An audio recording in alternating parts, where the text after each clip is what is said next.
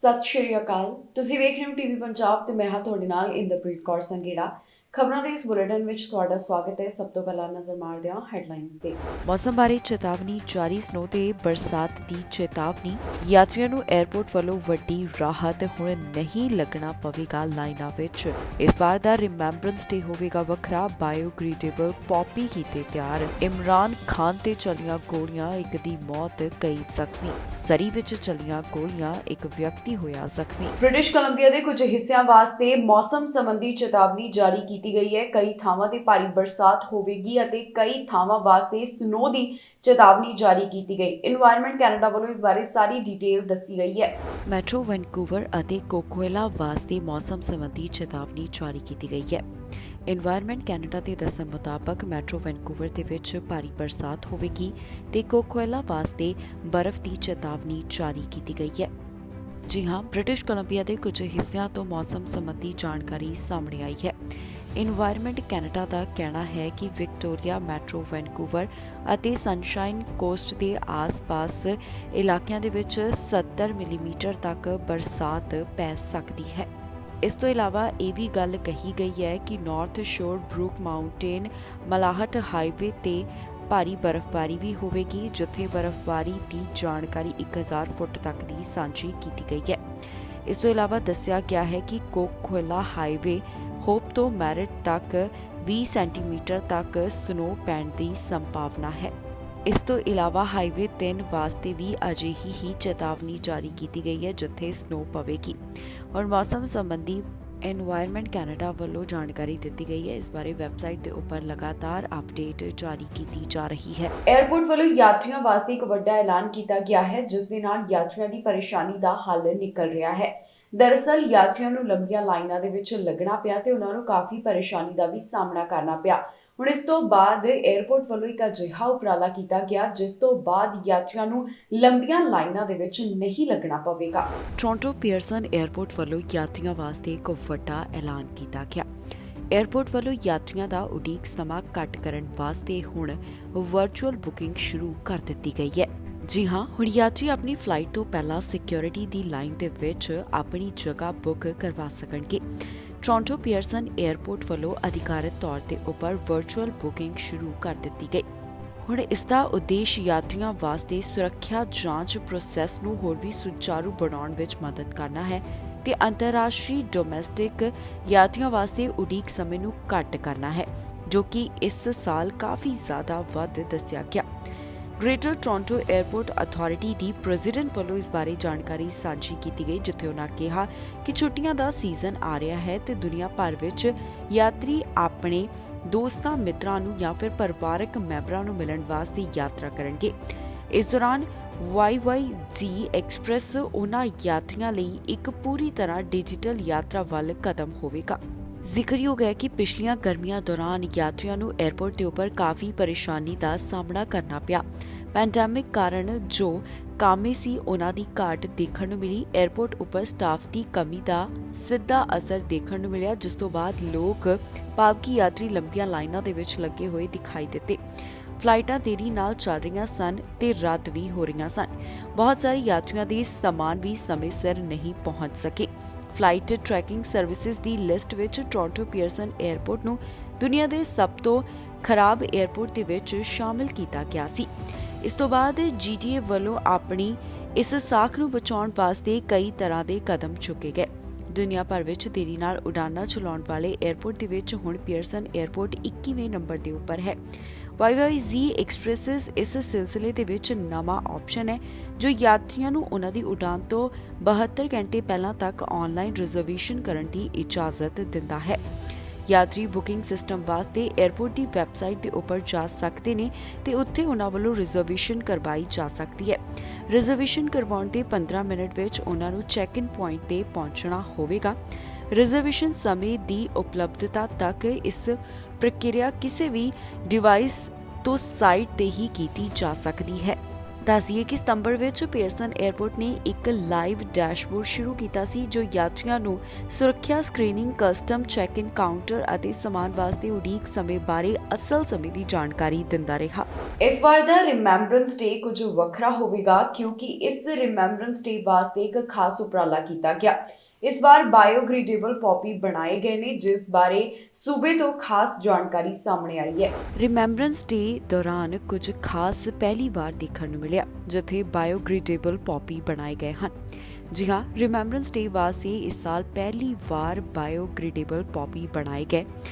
Royal Canadian ਲਿਜ਼ਨ ਦੇ ਨਕਲੀ poppy ਫੁੱਲ ਪਹਿਲੀ ਵਾਰ ਰੂੰ ਅਤੇ ਬਾਂਸ ਤੋਂ ਬਣਾਏ ਗਏ ਹਨ ਜੋ ਕਿ ਬਿਲਕੁਲ ਬਾਇਓਗ੍ਰੇਡੇਬਲ ਹਨ।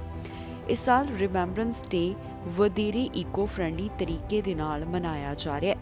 ਇਸ ਵਾਰ ਅਜਿਹਾ ਪਹਿਲੀ ਵਾਰ ਹੋਇਆ ਜਦੋਂ ਰਾਇਲ ਕੈਨੇਡੀਅਨ ਲਿਜ਼ਨ ਵੱਲੋਂ ਰੂੰ ਅਤੇ ਬਾਂਸ ਦੇ ਬਾਇਓਗ੍ਰੇਡੇਬਲ ਪੌਪੀ ਬਣਾਏ ਗਏ ਹਨ।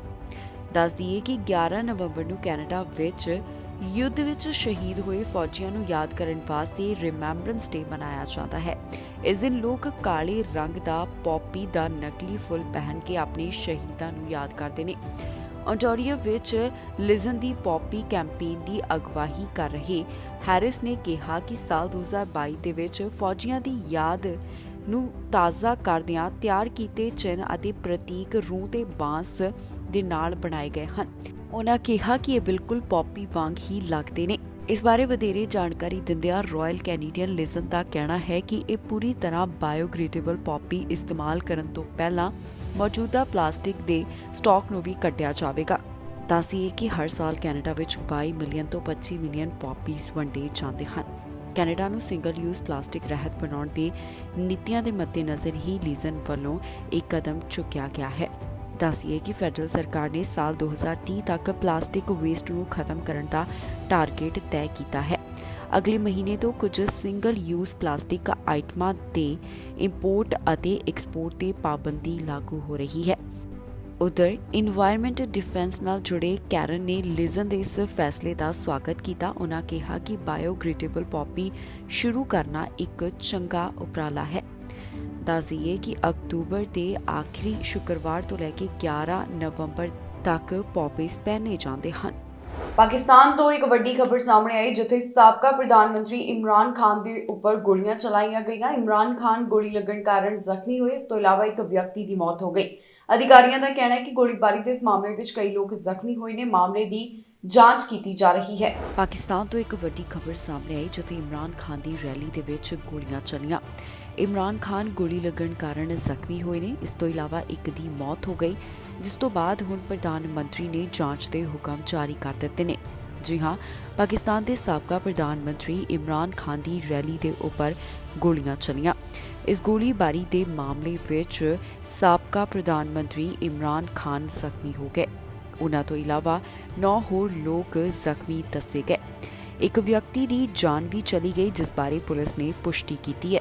ਇਹ ਮਾਮਲਾ ਸਾਹਮਣੇ ਆਉਣ ਤੋਂ ਬਾਅਦ ਪਾਕਿਸਤਾਨ ਦੇ ਮੌਜੂਦਾ ਪ੍ਰਧਾਨ ਮੰਤਰੀ ਸ਼ਹਬਾਜ਼ ਸ਼ਰੀਫ ਵੱਲੋਂ ਇਸ ਘਟਨਾ ਦੀ ਨਿੰਦਾ ਕੀਤੀ ਗਈ ਤੇ ਉਨ੍ਹਾਂ ਨੇ ਜਾਂਚ ਦੇ ਹੁਕਮ ਜਾਰੀ ਕਰ ਦਿੱਤੇ ਨੇ।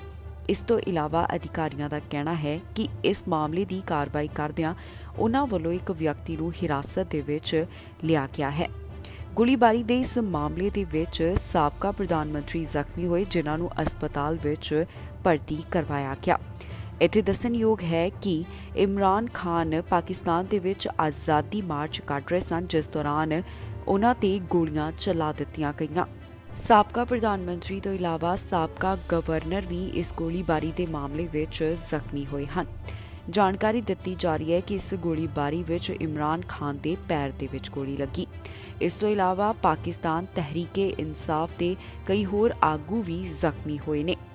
ਫਿਲਹਾਲ ਪੁਲਿਸ ਵੱਲੋਂ ਇਸ ਮਾਮਲੇ ਦੀ ਅੱਗੇ ਜਾਂਚ ਪੜਤਾਲ ਕੀਤੀ ਜਾ ਰਹੀ ਹੈ ਜਿਸ ਤੋਂ ਬਾਅਦ ਉਨ੍ਹਾਂ ਵੱਲੋਂ ਅਗਲੀ ਅਪਡੇਟ ਜਾਰੀ ਕੀਤੀ ਜਾਵੇਗੀ। ਸਰੀ ਵਿੱਚ ਗੋਲੀਬਾਰੀ ਦਾ ਇੱਕ ਮਾਮਲਾ ਸਾਹਮਣੇ ਹੈ ਜਿੱਥੇ ਗੋਲੀਆਂ ਚਲਾਈਆਂ ਗਈਆਂ। ਗੋਲੀ ਲੱਗਣ ਕਾਰਨ ਇੱਕ ਵਿਅਕਤੀ ਜ਼ਖਮੀ ਹੋ ਗਿਆ। ਪੁਲਿਸ ਮਾਮਲੇ ਦੀ ਜਾਂਚ ਕਰ ਰਹੀ ਹੈ। ਉਸ ਦੀ ਭਾਲ ਕੀਤੀ ਜਾ ਰਹੀ ਹੈ ਜਿਸ ਵੱਲੋਂ ਗੋਲੀਬਾਰੀ ਦੇ ਇਸ ਮਾਮਲੇ ਨੂੰ ਅੰਜਾਮ ਦਿੱਤਾ ਗਿਆ। ਖਬਰ ਸਰੀ ਤੋਂ ਸਾਹਮਣੇ ਆਈ ਜਿੱਥੇ ਗੋਲੀਆਂ ਚੱਲਣ ਕਾਰਨ ਇੱਕ ਵਿਅਕਤੀ ਜ਼ਖਮੀ ਹੋ ਗਿਆ। ਗੋਲੀਬਾਰੀ ਦੇ ਇਸ ਮਾਮਲੇ ਬਾਰੇ ਅਧਿਕਾਰੀਆਂ ਵੱਲੋਂ ਜਾਣਕਾਰੀ ਸਾਂਝੀ ਕੀਤੀ ਗਈ ਜਿੱਥੇ ਦੱਸਿਆ ਗਿਆ ਕਿ ਬੁੱਧਵਾਰ ਰਾਤ ਵੇਲੇ ਵੈਲੀ ਖੇਤਰ ਦੇ ਵਿੱਚ ਗੋਲੀਆਂ ਲੱਗੀਆਂ। ਗੋਲੀ ਲੱਗਣ ਕਾਰਨ 25 ਸਾਲਾ ਵਿਅਕਤੀ ਜ਼ਖਮੀ ਦੱਸਿਆ ਜਾ ਰਿਹਾ ਹੈ। ਆਫੀਸਰਸ ਦਾ ਕਹਿਣਾ ਹੈ ਕਿ ਇਹ ਮਾਮਲਾ 5 ਵਜੇ ਦੇ ਕਰੀਬ ਸਾਹਮਣੇ ਆਇਆ, ਜਿੱਥੇ ਸਰੀ RCMP ਨੂੰ ਦੱਸਿਆ ਗਿਆ ਕਿ 9th ਐਵੀਨਿਊ ਦੇ 13500 ਬਲਾਕ ਦੇ ਵਿੱਚ ਗੋਲੀਆਂ ਚੱਲੀਆਂ। ਪੈਰਾਮੈਡਿਕਸ ਵੱਲੋਂ ਜ਼ਖਮੀ ਵਿਅਕਤੀ ਨੂੰ ਫਰਸਟ ਏਡ ਦਿੱਤੀ ਗਈ ਤੇ ਉਸ ਨੂੰ ਹਸਪਤਾਲ ਵਿੱਚ ਭਰਤੀ ਕਰਵਾਇਆ ਗਿਆ। RCMP ਦਾ ਕਹਿਣਾ ਹੈ ਕਿ ਹਸਪਤਾਲ ਵਿੱਚ ਇਸ ਵਿਅਕਤੀ ਦੀ ਹਾਲਤ ਸਥਿਰ ਬਣੀ ਹੋਈ ਹੈ। ਫਿਲਹਾਲ ਪੁਲਿਸ ਵੱਲੋਂ ਪੀੜਤ ਵਿਅਕਤੀ ਦੀ ਪਹਿਚਾਣ ਅਜੇ ਜਨਤਕ ਨਹੀਂ ਕੀਤੀ ਗਈ। ਉਨ੍ਹਾਂ ਦਾ ਕਹਿਣਾ ਹੈ ਕਿ ਮਾਮਲੇ ਸੰਬੰਧੀ ਜਾਂਚ ਪੜਤਾਲ ਜਾਰੀ ਹੈ। ਇਸ ਤੋਂ ਇਲਾਵਾ ਇਹ ਵੀ ਗੱਲ ਕਹੀ ਗਈ ਹੈ ਕਿ ਜੇਕਰ ਕਿਸੇ ਨੂੰ ਵੀ ਇਸ ਘਟਨਾ ਦੇ ਬਾਰੇ ਕੋਈ ਜਾਣਕਾਰੀ ਹੋਵੇ ਤਾਂ ਸਰੀ RCMP ਨਾਲ 6045900502 ਜਾਂ ਫਿਰ ਕ੍ਰਾਈਮ ਸਟਾਪਰਸ ਨਾਲ 1800-222 ਦੇ ਉੱਪਰ ਕਾਲ ਕਰਕੇ ਜਾਣਕਾਰੀ ਸਾਂਝੀ ਕੀਤੀ ਜਾ ਸਕਦੀ ਹੈ। ਹੁਣ ਇਸ ਮਾਮਲੇ ਸੰਬੰਧੀ ਵਧੇਰੇ ਜਾਂਚ ਪੜਤਾਲ ਜਾਰੀ ਹੈ, ਜਿਸ ਤੋਂ ਬਾਅਦ ਅਗਲੀ ਅਪਡੇਟ ਜਾਰੀ ਕੀਤੀ ਜਾਵੇਗੀ। ਓਨਟਾਰੀਓ ਸੂਬੇ ਦੇ ਵਿੱਚ ਐਜੂਕੇਸ਼ਨ ਵਰਕਰਾਂ ਵੱਲੋਂ ਜੋ ਹੜਤਾਲ ਦੇ ਉੱਪਰ ਜਾਣ ਦੀ ਗੱਲ ਕਹੀ ਗਈ ਹੈ, ਉਸ ਤੋਂ ਬਾਅਦ ਸੂਬੇ ਤੋਂ ਸਮੇਂ-ਸਮੇਂ ਤੇ ਇਸ ਬਾਰੇ ਜਾਣਕਾਰੀ ਸਾਹਮਣੇ ਆ ਰਹੀ ਹੈ। ਸਿੱਖਿਆ ਮੰਤਰੀ ਹੁਣ ਇਸ ਬਾਰੇ ਬੋਲੇ ਨੇ। ਉਹਨਾਂ ਵੱਲੋਂ ਕਿਹੜੀਆਂ ਗੱਲਾਂ ਦਾ ਜ਼ਿਕਰ ਕੀਤਾ ਗਿਆ, ਤੁਹਾਨੂੰ ਇਸ ਖਬਰ ਵਿੱਚ ਦੱਸਾਂਗੇ। ਓਨਟਾਰੀਓ ਦੇ ਵਿੱਚ ਐਜੂਕੇਸ਼ਨ ਵਰਕਰਸ ਵੱਲੋਂ ਕਿਹਾ ਗਿਆ ਕਿ ਜੇਕਰ ਸਰਕਾਰ ਉਹਨਾਂ ਦੀਆਂ ਮੰਗਾਂ ਨਹੀਂ ਮੰਨਦੀ ਤਾਂ ਉਹ ਹੜਤਾਲ ਦੇ ਉੱਪਰ ਜਾਣਗੇ ਤੇ ਦੂਜੇ ਪਾਸੇ ਸਰਕਾਰ ਵੱਲੋਂ ਵੀ ਇਸ ਬਾਰੇ ਆਪਣੇ ਵਿਚਾਰ ਸਾਂਝੇ ਕੀਤੇ ਜਾ ਰਹੇ ਨੇ। ਇਸ ਬਾਰੇ ਓਨਟਾਰੀਓ ਸਰਕਾਰ ਦਾ ਇੱਕ ਨਵਾਂ ਪੱਖ ਸਾਹਮਣੇ ਆਇਆ, ਜਿੱਥੇ ਸਿੱਖਿਆ ਮੰਤਰੀ ਆਪਣੇ ਵਿਚਾਰ ਸਾਂਝੇ ਕਰ ਰਹੇ ਨੇ। ਉਹਨਾਂ ਦਾ ਇਸ ਬਾਰੇ ਕੀ ਕਹਿਣਾ ਹੈ, ਆਓ ਤੁਹਾਨੂੰ ਸੁਣਾਉਂਦੇ ਹਾਂ। After demanding a nearly 50% increase in compensation, CUPE threatened to strike. Since then, we've been at the table, literally right up to the last minute today. We've made good faith efforts to reach a fair deal. But all along, CUPE refused to take strikes and disruption off the table. For the sake of Ontario's 2 million students, to keep classrooms open, CUPE has left us with no choice but to pass the Keeping Kids in Class Act. It's disappointing that we have to get here.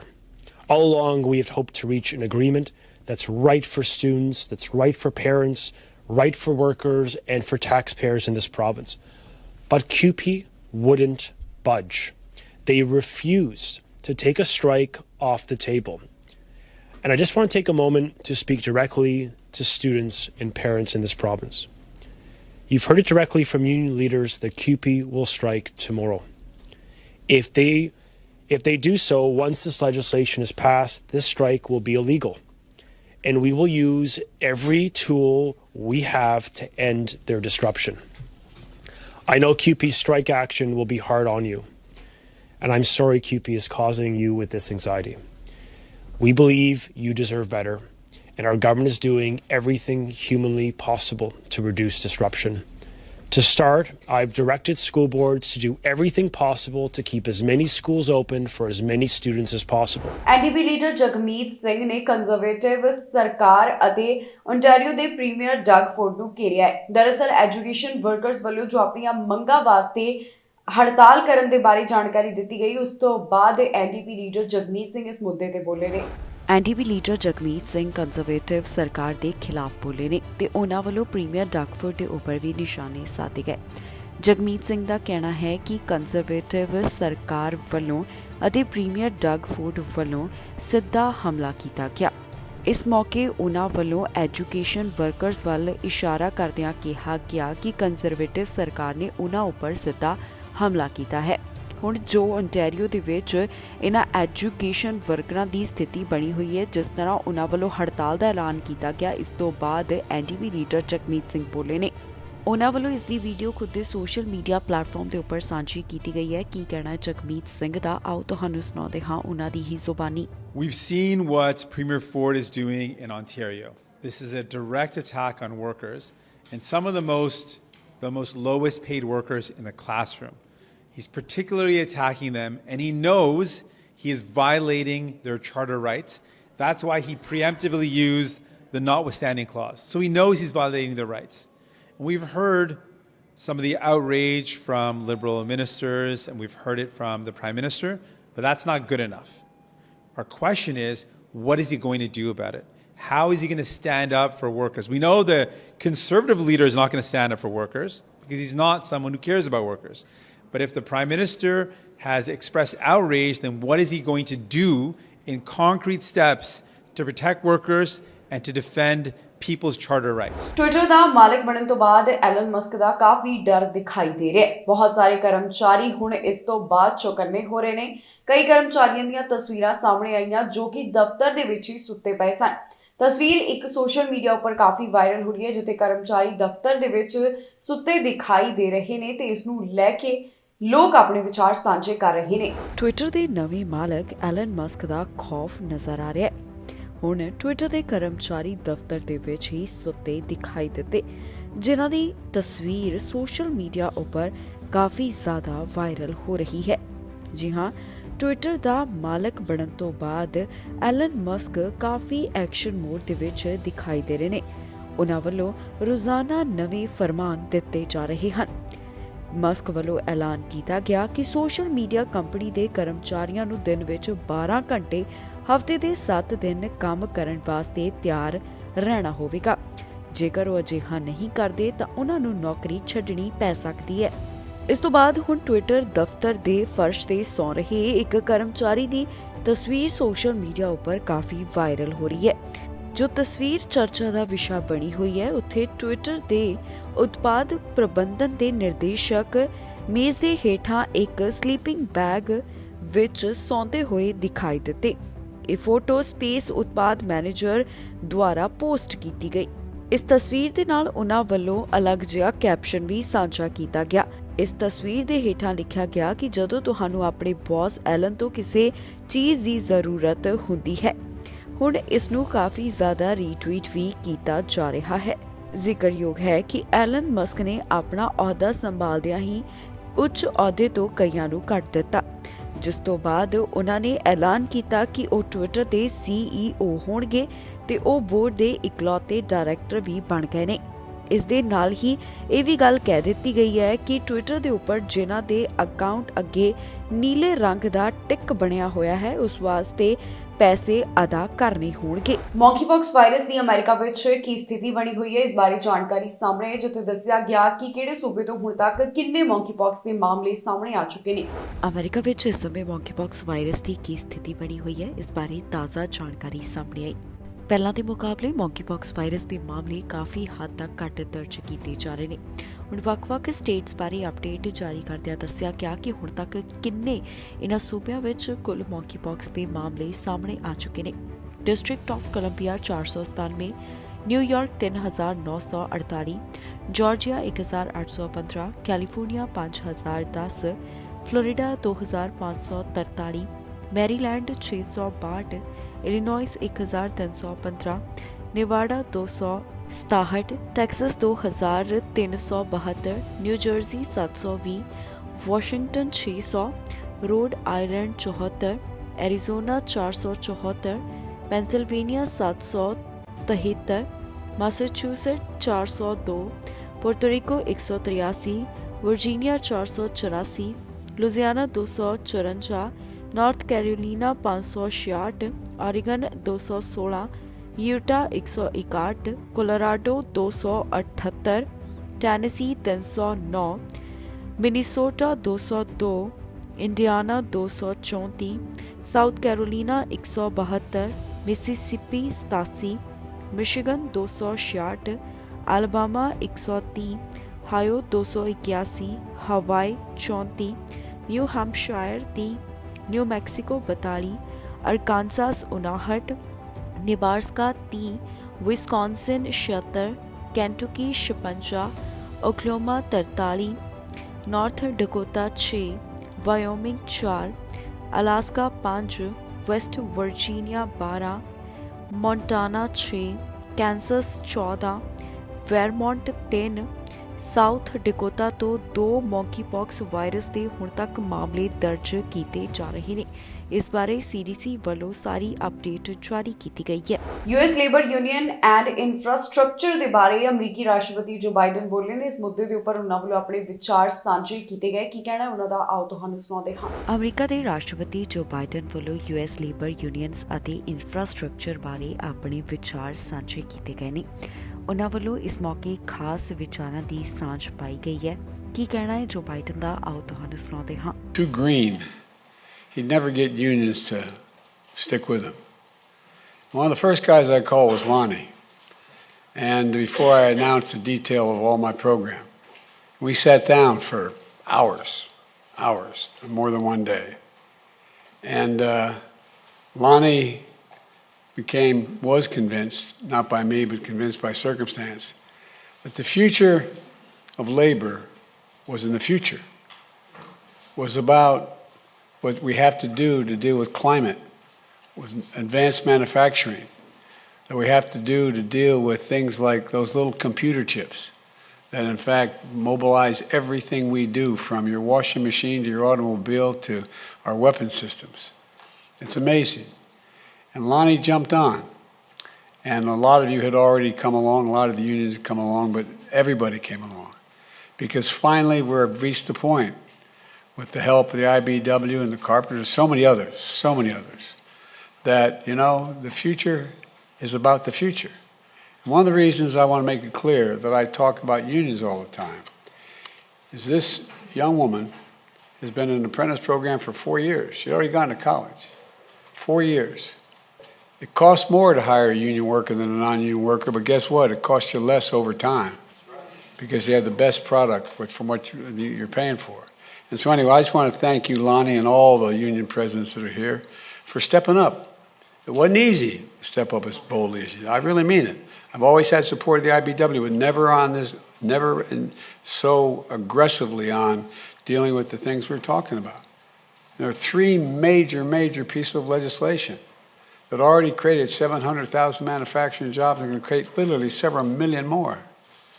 And that is the infrastructure bill, which is facts do everything from highways and bridges to broadband to clean water, lead pipe, across the board. ਚੋਣਾਂ ਤੋਂ ਪਹਿਲਾਂ America ਦੇ ਰਾਸ਼ਟਰਪਤੀ ਜੋ Biden ਵੱਲੋਂ ਖਾਸ ਮੁੱਦੇ ਦਾ ਜ਼ਿਕਰ ਕੀਤਾ ਗਿਆ। ਉਹਨਾਂ ਦਾ ਕਹਿਣਾ ਹੈ ਕਿ ਅਮਰੀਕਨਜ਼ ਆਪਣੀ ਵੋਟ ਦੇ ਹੱਕ ਦਾ ਇਸਤੇਮਾਲ ਜ਼ਰੂਰ ਕਰਨ। ਇਸ ਮੌਕੇ ਕੀ ਸੁਨੇਹਾ ਦਿੱਤਾ ਗਿਆ ਉਹਨਾਂ ਵੱਲੋਂ, ਆਪ ਤੁਹਾਨੂੰ ਸੁਣਾਉਂਦੇ ਹਾਂ। ਚੋਣਾਂ ਤੋਂ ਪਹਿਲਾਂ ਅਮਰੀਕੀ ਰਾਸ਼ਟਰਪਤੀ ਜੋ ਬਾਈਡਨ ਦਾ ਇੱਕ ਵੱਡਾ ਬਿਆਨ ਸਾਹਮਣੇ ਆਇਆ, ਜਿੱਥੇ ਉਹਨਾਂ ਨੇ ਗੱਲ ਕਹੀ ਹੈ ਕਿ ਆਪਣੀ ਵੋਟ ਦੇ ਹੱਕ ਦਾ ਇਸਤੇਮਾਲ ਜ਼ਰੂਰ ਕੀਤਾ ਜਾਵੇ। ਇਸ ਮੌਕੇ ਰਾਸ਼ਟਰਪਤੀ ਬਾਈਡਨ ਵੱਲੋਂ ਆਪਣੇ ਵਿਚਾਰ ਸਾਂਝੇ ਕੀਤੇ ਗਏ। ਕੀ ਕਹਿਣਾ ਉਹਨਾਂ ਦਾ, ਆਓ ਤੁਹਾਨੂੰ ਸੁਣਾਉਂਦੇ ਹਾਂ ਉਹਨਾਂ ਦੀ ਹੀ ਜ਼ੁਬਾਨੀ। We believe in democracy. That's who we are as Americans. I know it isn't easy. Democracy is imperfect. It always has been. But we're all called to defend it now. History and common sense tell us that liberty, opportunity, and justice thrive in a democracy, not in an autocracy. At our best, America is not a zero-sum society where for you to succeed, someone else has to fail. I promise America is big enough. It's big enough for everyone to succeed. Every generation opening the door of opportunity just a little bit wider. Every generation, including those who have been excluded before. We believe we should leave no one behind because each one of us is a child of God. And every person is sacred. If that's true, then every person's rights must be sacred as well. Individual dignity, individual worth, individual determination. That's America. That's democracy. And that's what we have to defend. Look, even as I speak here tonight, 27 million people have already cast their ballot in the midterm elections. Millions more will cast their ballots in the final days leading up to November the 8th. And for the first time, this is the first time since the national election of 2020, once again we're seeing record turnout all over the country. And that's good. We want Americans to vote. We want every American's voice to be heard. Now we have to move the process forward. We know that more and more ballots are cast in early voting or by mail in America. ਇਸ ਦੇ ਨਾਲ ਹੀ ਜਾਂਦੇ ਇੱਕ ਵਾਰ ਫਿਰ ਤੋਂ ਨਜ਼ਰ ਮਾਰਦੇ ਹਾਂ ਹੈਡਲਾਈਨਸ ਤੇ। ਮੌਸਮ ਬਾਰੇ ਚੇਤਾਵਨੀ ਜਾਰੀ, ਸਨੋ ਤੇ ਬਰਸਾਤ ਦੀ ਚੇਤਾਵਨੀ। ਯਾਤਰੀਆਂ ਨੂੰ 에ਅਰਪੋਰਟ ਵੱਲੋਂ ਵੱਡੀ ਰਾਹਤ, ਹੁਣ ਨਹੀਂ ਲੱਗਣਾ ਪਵੇਗਾ ਲਾਈਨਾਂ ਵਿੱਚ। ਇਸ ਵਾਰ ਦਾ ਰਿਮੈਂਬਰੈਂਸ ਡੇ ਹੋਵੇਗਾ ਵੱਖਰਾ, ਬਾਇਓਗ੍ਰੀਡੇਬਲ ਪੌਪੀ ਕੀਤੇ ਤਿਆਰ। ਇਮਰਾਨ ਖਾਨ ਤੇ ਚੱਲੀਆਂ ਗੋਲੀਆਂ, ਇੱਕ ਦੀ ਮੌਤ, ਕਈ ਜ਼ਖਮੀ। ਸਰੀ ਵਿੱਚ ਚੱਲੀਆਂ ਗੋਲੀਆਂ, ਇੱਕ ਵਿਅਕਤੀ ਹੋਇਆ ਜ਼ਖਮੀ। ਖਬਰਾਂ ਦੇ ਇਸ ਬੁਲੇਟਿਨ ਬੁਲੇਟਿਨ ਵਿੱਚ ਇੰਨਾ ਹੀ। ਫਿਲਹਾਲ ਮੈਨੂੰ ਇੰਦਰਪ੍ਰੀਤ ਕੌਰ ਸੰਗੇੜਾ ਨੂੰ ਦਿਓ ਇਜਾਜ਼ਤ ਤੇ ਤੁਸੀਂ ਵੇਖਦੇ ਰਹੋ TV ਪੰਜਾਬ।